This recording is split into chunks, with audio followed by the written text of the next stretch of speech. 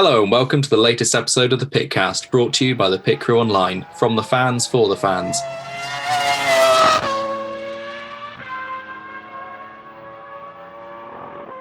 I'm your host, Deputy Editor James, and in today's episode we're going to be discussing Renault's transformation into the Alpine F1 team and whether Alpine can succeed where Renault couldn't.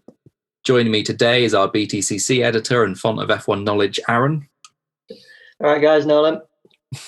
And our F1 and IndyCar correspondent, Adam. Hi, guys. So we're talking about Alpine today because they're one of the teams that have given us quite a bit of news over the winter. And as if it wasn't enough that they've rebranded the team and coaxed Fernando Alonso out of retirement to spearhead that, it was also announced this month that Cyril Abiteboul will not be Alpine's team principal and CEO into 2021.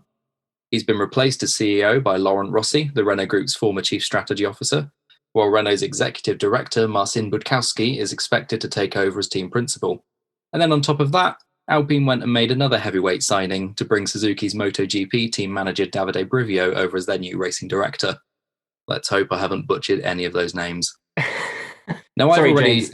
Sorry, James. Is that the young driver, notably joining the Alpine team? The famous young driver that everyone was talking about. Yes, the only, what is it? You've only competed in 2 world championships and won them both. That's the one, yeah. No, I've already written a piece on why I think all of these changes are good for Alpine's future, and we'll stick a cheeky link to that below if you're watching this on YouTube.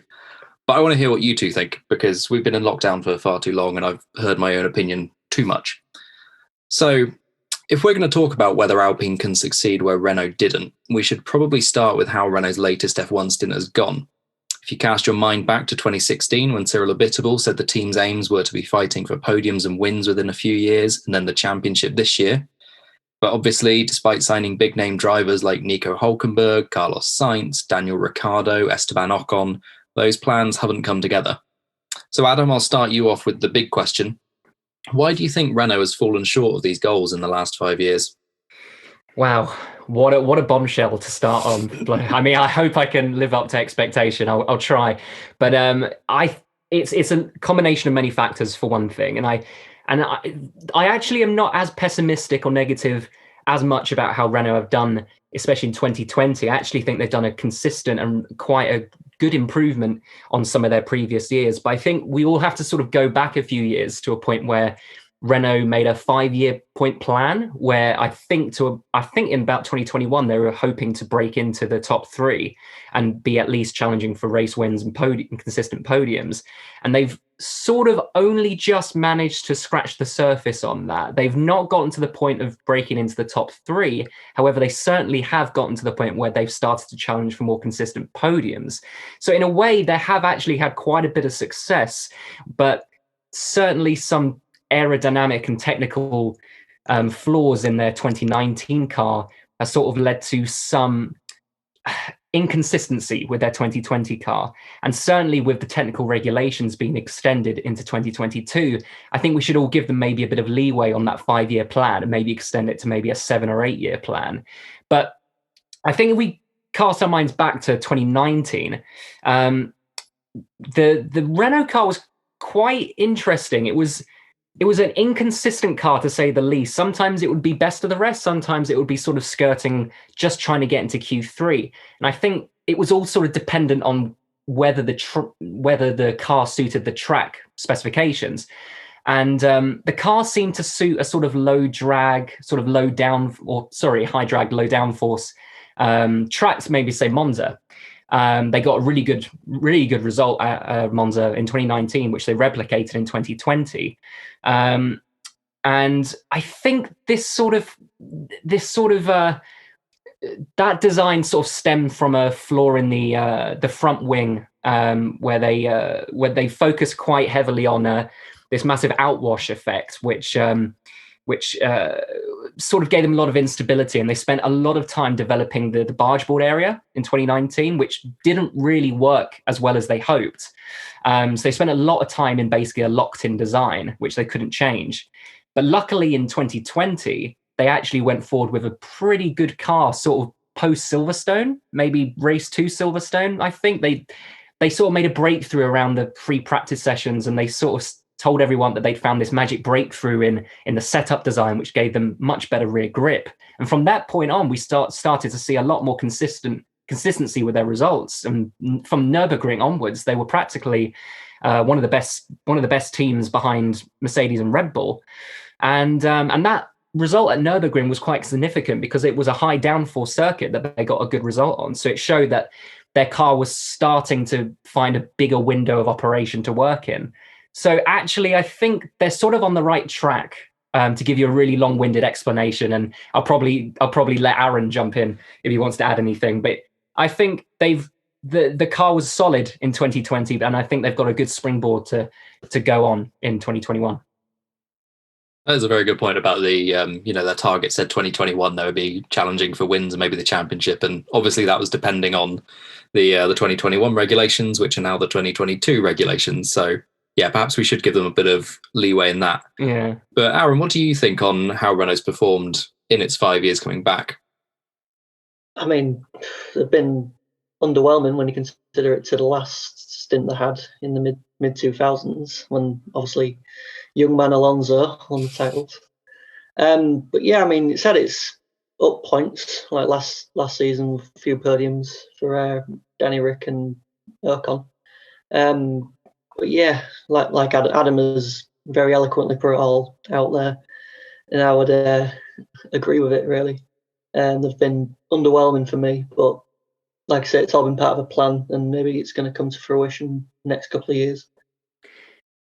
Yeah, I mean, I'd like to add to that. I mean, I guess, yeah, when you compare it to the likes of McLaren, who've just sort of had this exponential rise through the rankings, and the likes of AlphaTauri making a big gain, I suppose with the resource that Renault have behind them, I guess you could argue that their results are actually pretty insignificant. A team of that size should really be aiming for something more than just a few podiums, and they've had the time and the space to be able to work on this. So yeah, I could see the counter argument where maybe they haven't been quite as good as maybe they hope they are.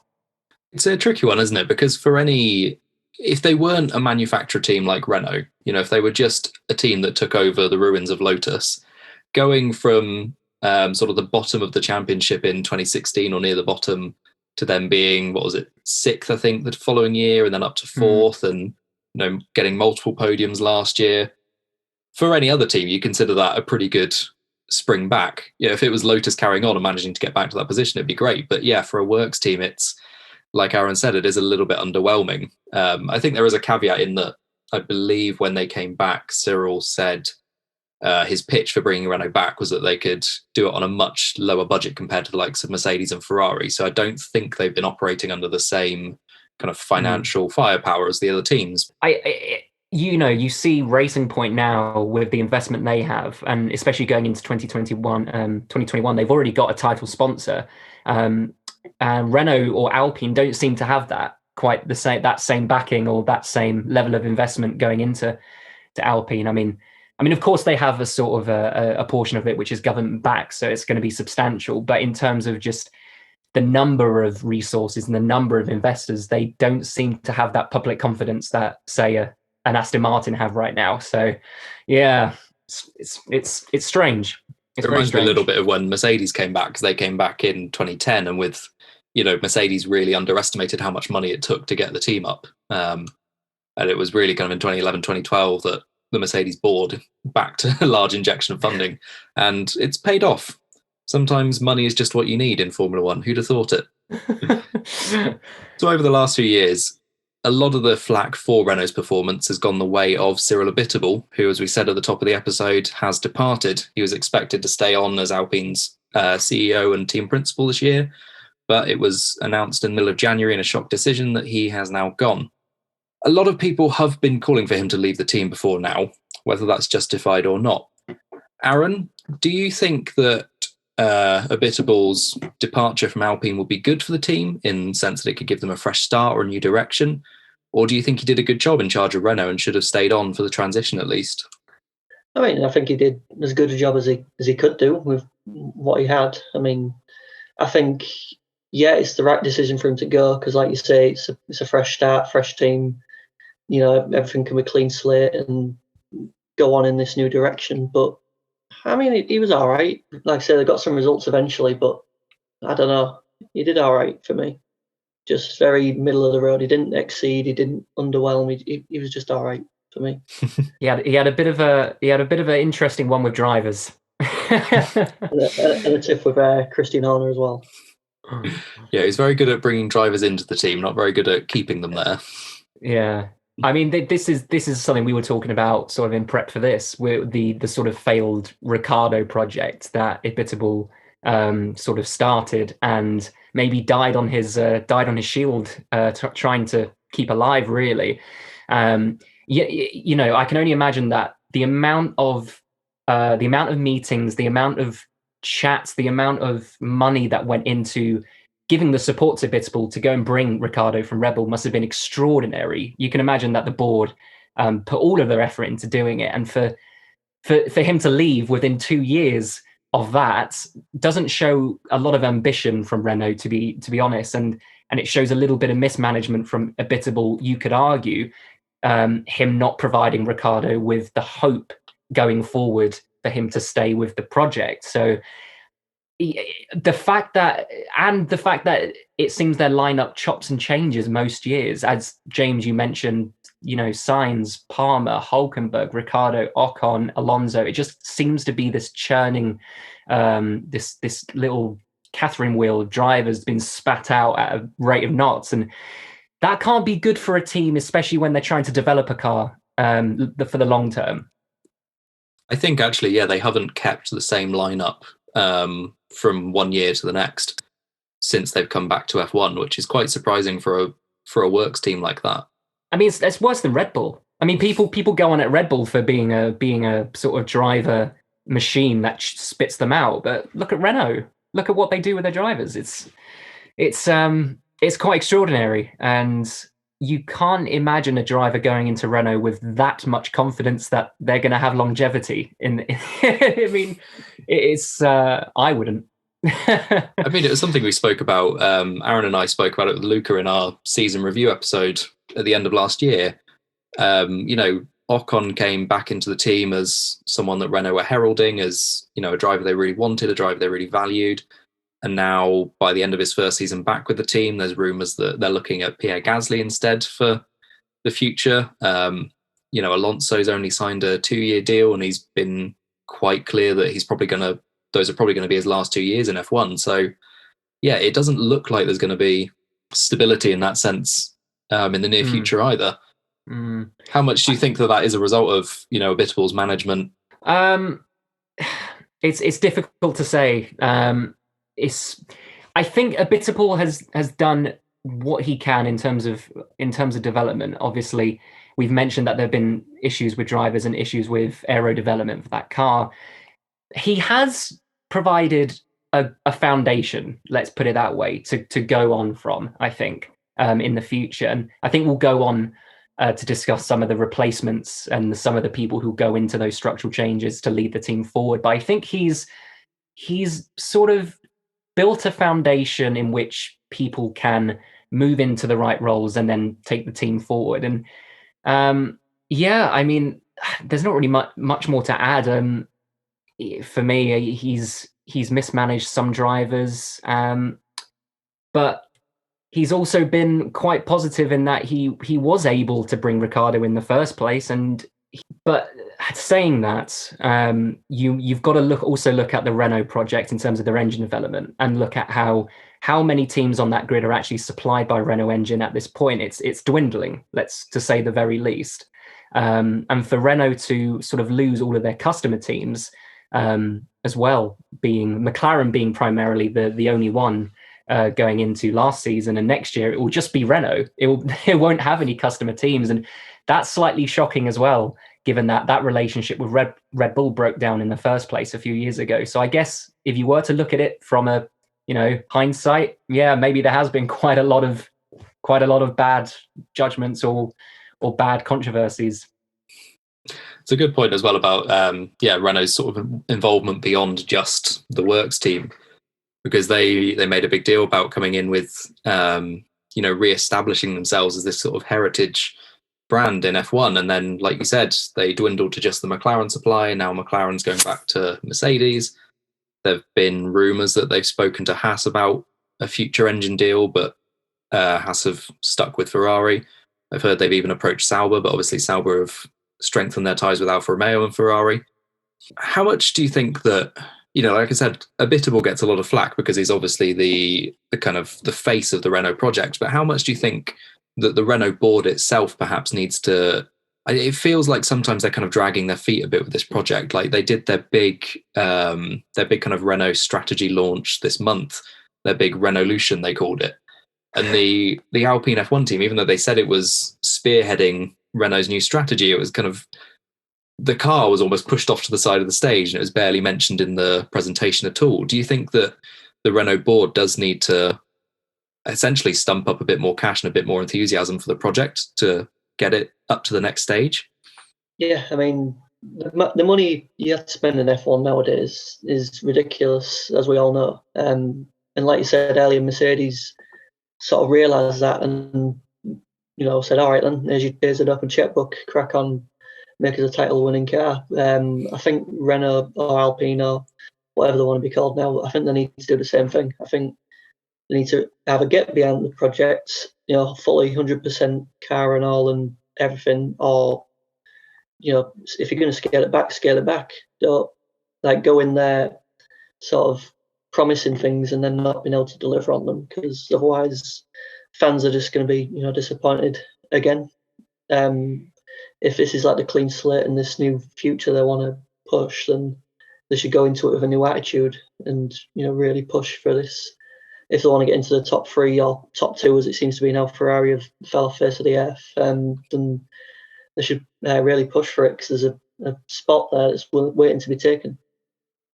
As we said at the beginning of the episode, filling Abitable's place is Laurent Rossi as the new CEO of the Alpine F1 team.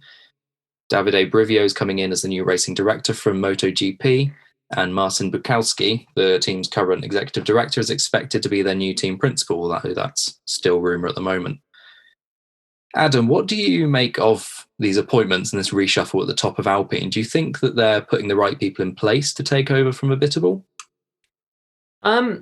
Well, firstly, I think Renault/Alpine now have had a lot of trouble with finding the right structure for them and what works for them. I think you'll remember a few years ago they had Fred Vasseur working at Renault, and he was sort of the racing director, managing directory type role there, and took on quite a number of roles in that position. And he was only there for about a season before he left, and before Abitable came in and replaced him. And since then, I think there's been sort of a struggle with trying to figure out how best to run the team. But Bukowski is a really interesting person to talk about, because he's already been involved with the project for quite a while, and I think he has quite an intimate knowledge of Renault already. He sort of was that go-between in between Abitable and the trackside performance, kind of like how Zach Brown sort of connected Andrea Seidel to the rest of the higher echelons of McLaren. So Bukowski really already knows intensely how the team operates, and how that translates to being accountable to the upper management. So I think Bukowski is actually going to slip in quite quickly and quite efficiently to the role and hit the ground running. And it seems like they're bringing in all these other appointments to sort of delegate roles quite efficiently. So maybe it'll work for them. I think James, we were all talking actually about, is the traditional team principal role going in F1? We saw Toto Wolff and Niki Lauda and the name escapes me. Paddy Lowe took over Mercedes, sort of delegating a number of managerial positions, which seemed to work really well.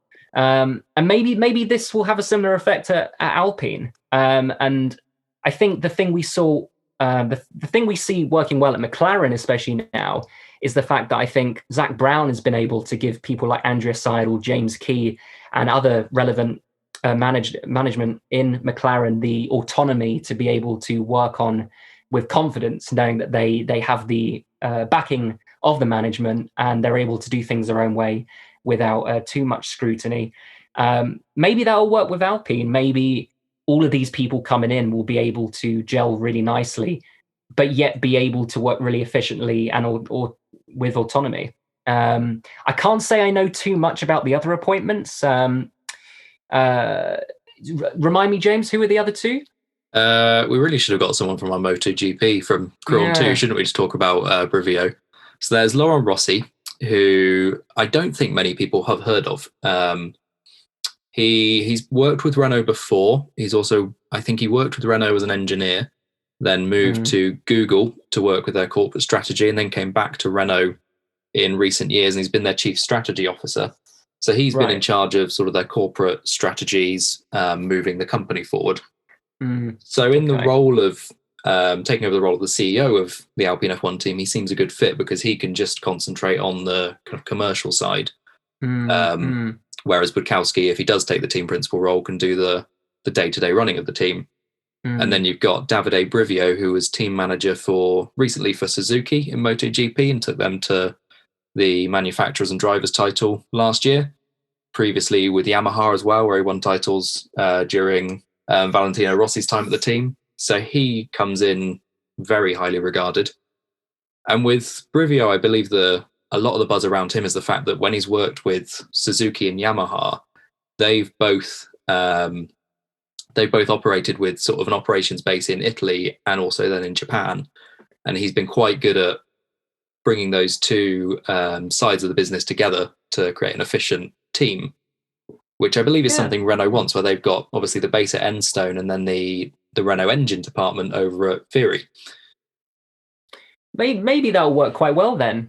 He sounds like he brings an incredible amount of experience to the role, sort of that same effect of bringing Andrea Seidel into McLaren. Sometimes you just have to outsource and bring people in externally to bolster your team. And I mean, one thing I will say is it's quite good that they're doing that change now, as opposed to at the end of this season. One could argue that the 2020 season is a bit of a nothing season, sort of a continuation of last year, where basically you have that time afforded to you if you need to make changes, to make any changes to the team structure heading into 2022. I think we'd all be, or at least Alpine would be even more worried if at the end of 2021 season, they'd have dropped a bit of ball and had to start afresh going into all the technical regulations. So at least these guys will have a year's experience to gel with the team and to have a hand in propelling the 2022 car forward. Very good. I was literally going to throw that question that you just provided the answer for to Aaron. Sorry. You can ask it to Aaron. I was going to say it is quite interesting that we've got obviously Renault rebranding as Alpine this year, and at the same time we've got Racing Point rebranding as Aston, and where Alpine's having this big reshuffle at the top, Aston Martin has stayed effectively the same, with Otmar Zafnauer still running the team, Lawrence Stroll still in charge of the ownership and everything. They've got a very kind of smooth transition. And I was going to say, do you think do you think this is perhaps the best year for Alpine to put these big changes in place when effectively, the car is pretty much the same. Everything's kind of stable going into this year. Whoever takes over the new leadership roles, they don't have to worry about what if the car's underperforming, what if it's, suddenly not getting the results. Do you think this is the best time they can put these foundations in place, Aaron? Well, yeah. I mean, you mentioned Racing Point. I think the reason they haven't changed anything is because if it ain't broke, don't fix it. I mean, Checo picked up the win, and I think Lance Stroll got a pole position in Turkey. So they're clearly going in the right direction. So it makes sense for Aston Martin just to come in and continue that work on. Whereas at Renault, there was clearly work still to be done. So with Alpine coming in, they may as well just start fresh. And like Adam says, it's essentially a nothing season. It's the same regulations. It's going to be the same as it was last year, I think. So it's a good time for them to get bedded in, see what works, see what doesn't, get any teething issues out of the way now. And then when the brand new car comes with the regulations next year, it's hopefully going to be a lot smoother. It doesn't. Of course, the other factor that we have to discuss in Alpine's success or chance of success is their driver lineup. They're going into 2021 with Fernando Alonso coming back out of retirement alongside Esteban Ocon. And it's a lineup that I think is fair to say has split the room with motorsport fans. Aaron, you had some pretty strong thoughts about it in our, as I said, in our end of season review at the end of last year. So I'm going to ask you first. Alonso is definitely one of the finest racing drivers in the world, but he's also been out of F1 for 2 years now. What do you think Alpine can expect from Alonso this year? I mean, yeah, I was quite vocal about it, but I've had time to reflect since then. The positive for Alonso, I think, is that he has, like you say, he's one of the best drivers in the world. There's no arguing that. And he brings a wealth of experience. You know, he's been in and around F1 for 20 years now. Especially at Enstone, he won his titles there 15 years ago, and he does bring experience in. But is it the right move? I don't know. I think personally, I'd have brought him in as like an advisor, a bit like what Williams have done with Jenson Button. He's got experience to pass on, so he may as well get two sort of quick. I'm not saying Alonso's not quick, but younger drivers in there that they can build a future on. So if it was Gasly, for example, you got him and Ocon in them cars. They're both young, quick. There's experience to be given to them. And they'd be going in the right direction with someone, learning under like Alonso, for example. For me, it's an excellent point about him going in as an advisor. I wouldn't be surprised if at the end of his contract he stays on for another few years. Like I believe Schumacher did that with Ferrari, didn't he, when he retired to begin with? Adam, what are your thoughts on what Alonso can bring to the team this year? So I think that Alonso will bring probably a lot of adaptability to the team. Alonso's someone who can wrestle the best out of the car in a wide window of traits and driving styles and setups. And he's had so much experience in the last couple of years in IndyCar, in WEC, in the Dakar, in so many series that I think he's become this quite all-round driver at this point. The jury's out how quick he's going to be in Formula One. I don't think there's many doubts that he's going to be quick. But as in terms of developing a car, I don't think there's any doubt that he's quite an astute and quite intelligent driver and will be able to advise Alpine in the long run of where to go and how to get the best out of this car. And I think that's going to be the main difference between him and Esteban Ocon, is that Alonso is going to be able to drag something out of a really poor car, whereas Ocon may not be able to do that, and he may have to have everything working perfectly for him to get the best out of himself. And I think by that logic, I think we're going to see Alonso potentially maybe be a little bit more consistent than Ocon across this season. That's just conjecture. That might not be right, but I think maybe if you look at Alonso historically, that's sort of how he goes. It's going to be very interesting seeing how Ocon matches up against Alonso, because at the end of, Ocon started last year and obviously he'd been out of F1 for a little bit and he looked rusty. He looked like he was taking a while to find his feet. But by the end of the year, he was quite close to Ricciardo, not necessarily matching him every weekend, but you could see a definite upward curve there. And I do wonder if Ricciardo had stayed for one more year, whether we would have seen a much, much closer battle between the two of them. But yes, I feel like the thing with Alonso for me is that he said before, like I said earlier in the episode, that these are going to be his last 2 years in F1. So I do wonder, even though he does bring that wealth of experience, I feel like he's going to be focusing completely on 2022 this year. And I wonder what happens if he then gets to 2022 winter testing and Alpine have either not gone forward or made a clear step backwards, how much his attention is going to be there for the rest of the team compared to if they had someone like Gasly, like Aaron said. Yeah, I think this is going to have a really big effect on Ocon's career, especially the perception of Ocon as a number 2 driver for the foreseeable future. We've seen how fans can be quite quick to judge a driver, quite based on the driver head-to-heads throughout their career. And going up against someone like Ricciardo was quite a challenge last year for Ocon. And he, as you said, James, he slowly got a little bit better. But when you're going up with someone against the experience and the speed of Ricciardo, it's sometimes maybe, he was always going to come short. And now a lot of people slightly have Ocon a little bit less in their ratings across the whole F1 grid. And I think this year Ocon has to seize the moment to be able to use the experience he's had in the team, to use the experience he's had with the traits of the car, to be able to beat Alonso, because if he doesn't, it's going to be a little bit of a challenge for people to see him as nothing but a backup driver going forward, especially if Gasly comes in a few years' time. We've seen how highly rated he is. It could be make or break this year for Ocon. Do you agree with that, Aaron, that it's a make or break season for Ocon? Yeah, I mean, like Adam says, people just think he's a number 2 driver. It's not easy going up against anyone, but Alonso is a quality driver, so it's going to be hard for him. But hey, Nico Rosberg did it. He was under Schumacher and blossomed and fought against Hamilton quite well and won a title. So, yeah, it could go that way for Ocon, or it could go the other way where, like we say, he's just going to be a perennial number 2 for the rest of his career. Yeah, we've certainly seen his relationship with the team improve, because remember we saw that big breakdown at Monza where he just shouted across the radio, and it was just all over social media. I think there was a moment after that race where he found a better way of working with the team, and I think that helped him to get the best performance out of himself going into the second half of the season, which we saw.